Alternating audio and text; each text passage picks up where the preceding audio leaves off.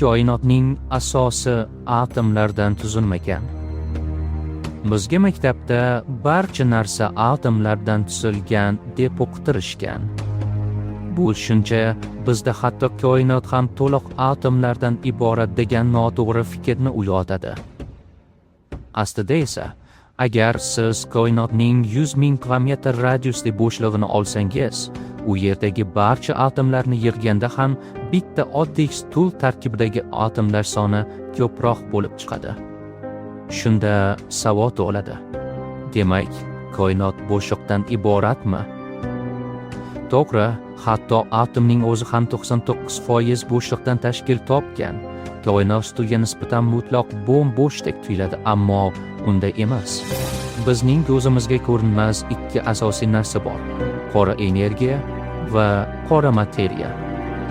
Qora energiya fazoning barcha qismida mavjud. Hozirda butun boshli koinot aynan uning ta'sirida shiddat bilan kengaymoqda. U xuddi ko'rinmas shamol kabi materiyani bir-biridan itarib, koinotni sochib yuborishga harakat qiladi. Qora materiya esa aksincha, yulduz va galaktikalarni bir-biriga bog'lab turuvchi gravitatsion yelam vazifasini bajaradi. Mashhur fizik Michio Kaku buni shunday tushuntiradi. Agar meni qo'limda bir parcha qora materiyani ushlab tursam, u shunchaki qo'limning orasidan o'tib ketgan bo'lardi. Mantiqiy savol tug'iladi. Agar u yelam bo'lsa, nega qo'ldan o'tib ketadi? Gap shundaki, biz biror narsani ushlaganda uning qattiqligini his qilishimizga sabab elektromagnit kuchidir. Qo'lingizdagi atomlarning elektronlari siz ushlagan tizimning elektronlari bilan o'zaro ta'sirlashib, bir-birini itaradi. Agar elektronlar elektromagnit kuchi bo'lmaganda edi, paxta ham, temir ham qo'lingizdan xuddi sharpadek o'tib ketgan bo'lardi.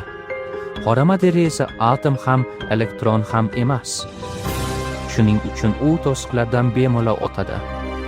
Ammo uning massasi bor. Bu juda muhim, chunki galaktikalar o'z atrofida shunday tez aylanadiki, oddiy fizika qonunlariga ko'ra yulduzlar atrofiga otilib ketishi kerak edi.